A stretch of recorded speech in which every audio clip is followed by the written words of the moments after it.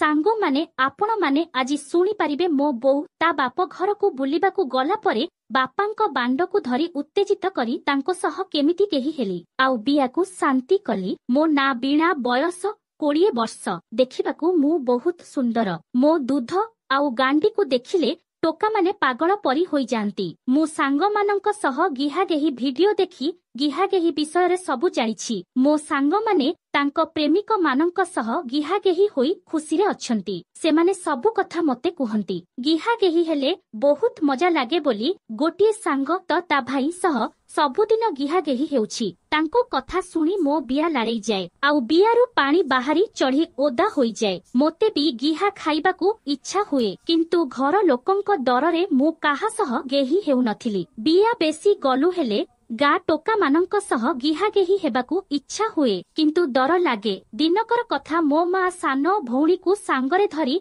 गोटिए मास पाई ता बाप घर को गला। घरे मु ओ बापा रहिलु। सेदिन रातिरे गोटिए खटरे बापा आउ मु सांग होई सोइलु। रातिरे सोइथिला बेले बापांक हाथ मो छाती को छुईबा परी मु अनुभव कली। बापांक छुआ मते मजा लागुथिला। आजि जाए मो छाती रे काहार हाथ बाजी नथिला। बापांक हाथ बाजिबा मात्रे मते केमिति केमिति लागुथिला। मो मनरे बापांक प्रति खराब उद्देश्य आसीबाकू लागिला आउ तांको सह गेही हेबाकू इच्छा हेला। मु दिनरे अधिक सोइथिबारु रातिरे मते निद हेउ नथिला किंतु मु सोइला परी बाहाना करुथुली। बापांक हाथ बारंबार मो दूधरे बाजुथुबारु मु उत्तेजित होई पडुथुली। मो देहर ताती धीरे धीरे बढ़िबाकू लागिला आउ मते गेही हेबाकू इच्छा हेला। मु भाबिली मो बापा मते गेहिले भल हुअंता मो बियाकू टिकिए शांति मिलंता। तेणु बापंकठू गिहा खाइबी बोली तांकू उत्तेजित करिबा पई मु मो हाथ को नहीं धीरे धीरे तांको बांड उपरे रखिली। सेतेबेले तांको बांड उठिकी थिला। मु जानिगली जे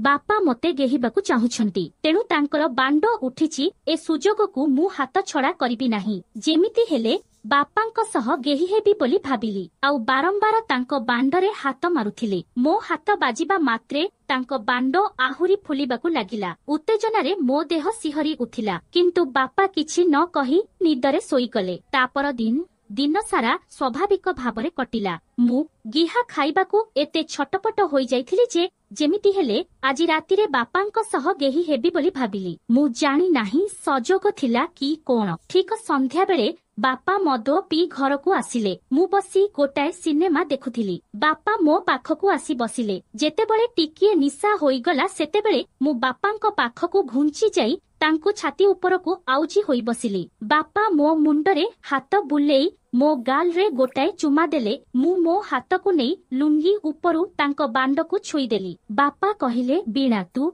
इए कौन करुछु। मु तांको कथा किछि न सुनी तांको लुंगी को आड़ेई तांको बांड को मुखेई धरिली। मो हाथ बाजिबा मात्रे बापांक बांड टिंगेई ठिया होई गला। तापरे मु किछि न कही सीधा बापांक बांड को चदी भितरु बाहर करी मो पाटीरे पुरेई चुसीबाकू लागिली। किछि समय चुसिला परे कहिली बापा रातिरे तमे मो दूध को चिपिला परे मते तम सह गेही हेबाकू इच्छा हेउछि। मोते टिकिए गेही दियो बापा। मो सांग माने भी तांको बापा आउ भाईंक सह गिहागेही हेउछंती कही बापांकू कुंडेई धरिली आउ तांको ओठरे चुमा गोटिए देली। किछि समय परे से कहिले बीणा तू जहा सबु कहुछु सेईटा भल नुहे कारण तू मो झियो। मु गेलेई होई कहिली मु किछि जानि नाही बापा। मते गिहा खाइबाकू बहुत इच्छा हेउछि। तमे जदी मते आजि न गेहिबो ताहेले मु आउ अन्य काहाठू गिहा खाइबी आउ मो बियार गलु मारिबी। तमे गेहिले कौन असुविधा हेबो बापा। तमे जदी मते गेहिबाकू चाहुन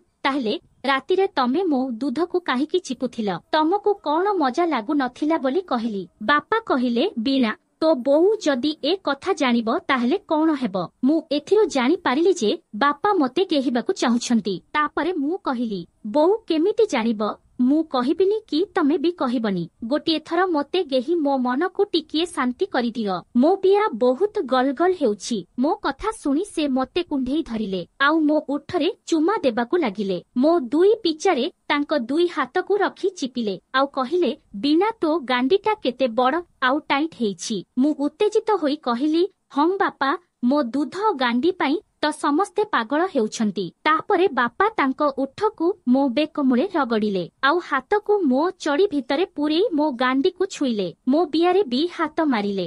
ବିଆରେ ତାଙ୍କ ହାତ ବାଜିବାରୁ ମତେ ବହୁତ ମଜା ଲାଗୁଥିଲା। ତେଣୁ ମୁଁ ବି ବାପାଙ୍କ ଚଡ଼ି ଭିତରେ ହାତ ପୂରେଇ ତାଙ୍କ ବାଣ୍ଡକୁ ଧରିଲି। କିଛି ସମୟ ବାପା ମୋ ବିଆକୁ ସଲସଲ କଲେ ଆଉ ମୁଁ ତାଙ୍କର ବାଣ୍ଡକୁ ହଲେଇଲି। ତାପରେ ସେ ଆଉ ସମ୍ଭାଳି ନ ପାରି ମୋ କପଡ଼ା ସବୁ ଖୋଲି ମତେ ଲଙ୍ଗଳା କରିଦେଲେ ଆଉ ସେ ତାଙ୍କର ଲୁଙ୍ଗି ଆଉ ଚଡ଼ି ଖୋଲି ଲଙ୍ଗଳା ହୋଇଗଲେ। ଏଥର ଆମେ ବାପା ଝିଅ ଦୁହେଁ ଲଙ୍ଗଳା ହୋଇଗଲୁ। ମୁଁ ବାପାଙ୍କ ଉଠିଥିବା ବାଣ୍ଡକୁ ଦେଖି ସମ୍ଭାଳି ପାରିଲି ନାହିଁ। ତାଙ୍କୁ କୁଣ୍ଡେଇ ଧରି ଚୁମା ଦେବାକୁ ଲାଗିଲି। ବାପା ମୋ ଗାଣ୍ଡିକୁ ଚିପୁଥିଲେ ଆଉ ତାଙ୍କ ବାଣ୍ଡ ମୋ ବିଆରେ ସ୍ପର୍ଶ କରୁଥିଲା। ତାପରେ ବାପା ମୋତେ ଟେକି ନେଇ ଖଟରେ ଶୁଆଇ ଦେଲେ ଆଉ ମୋ ଉପରେ ଚଢି ମୋ ଦେହକୁ ଚାଟିବାକୁ ଲାଗିଲେ। ସେ ଧୀରେ ଧୀରେ ତଳକୁ ଆସି ମୋ ଦୁଧକୁ ଚାଟିଲେ ଆଉ ଭୁଣ୍ଡିକୁ ସଲସଲ କଲେ। ତାପରେ ବାପା ଆଉ ଟିକିଏ ତଳକୁ ଆସି ମୋ ବିଆକୁ ଚାଟିଲେ ଆଉ ଜିଭରେ ମୋ ସେଣ୍ଟିକୁ ସଲସଲ କଲେ। ମୁଁ ଏଥର ଆହୁରି ଉତ୍ତେଜିତ ହୋଇଗଲି ଆଉ ଓ ଆ ଆ ଆ ବାପା ମଜା ଆସୁଛି କହୁଥିଲି।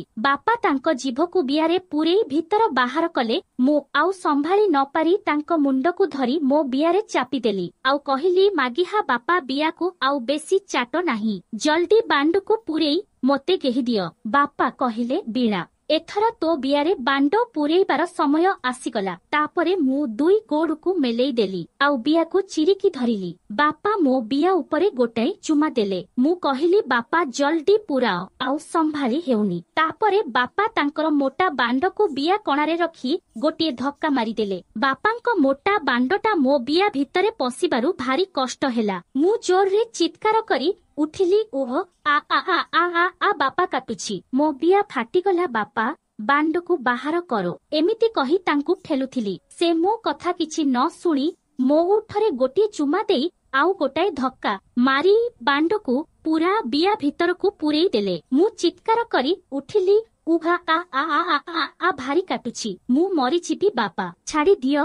ଏମିତି କହୁଥିଲି। ବାପା କହିଲେ, ବେଧେଇ ଗିହା ଖାଇବାକୁ ଛଟପଟ ହେଉଥିଲୁ ପରା, ଏବେ କଣ ହେଲା? ମୁଁ କହିଲି, ବହୁତ କାଟୁଛି ବାପା, ତମ ବାଣ୍ଡ ବେଶୀ ମୋଟା ଅଛି ଆଉ ମୋ ବିଆ ଭିତରୁ ରକ୍ତ ବାହାରିଲା। ସେ କିଛି ସମୟ ତାଙ୍କ ବାଣ୍ଡକୁ ବିଆରେ ପୂରେଇ ଚୁପ ରହିଗଲେ ଆଉ ମୋ ଦୁଧକୁ ଚିପି ଚିପି ଚୁମା ଦେଉଥିଲେ। ମୋର ଯନ୍ତ୍ରଣା ଟିକିଏ କମିଗଲା। 2 ମିନିଟ୍ ପରେ ବାପା ଧୀରେ ଧୀରେ ତାଙ୍କ ବାଣ୍ଡକୁ ଭିତର ବାହାର କରି ଗେହିବାକୁ ଲାଗିଲେ। ମୁଁ ତାଙ୍କ ପିଚାକୁ ଚିପି ଚାଲିଥିଲି। କିଛି ସମୟ ଗେହିଲା ପରେ ମୁଁ କହିଲି, ବାପା ଏବେ ମଜା ଆସୁଛି, ତମେ ଆଉ ଟିକିଏ ଜୋର ଜୋର କରି ଗେହି ଚାଲ। ତାପରେ ବାପା ଗେହିବାର ବେଗ ବଢେଇ ଦେଲେ ଆଉ ମୋ ଦୁଇ ଦୁଧ ଭୁଣ୍ଡିକୁ ରଗଡ଼ି ରଗଡ଼ି ଜୋର ଜୋର କରି ଗେହିଲେ।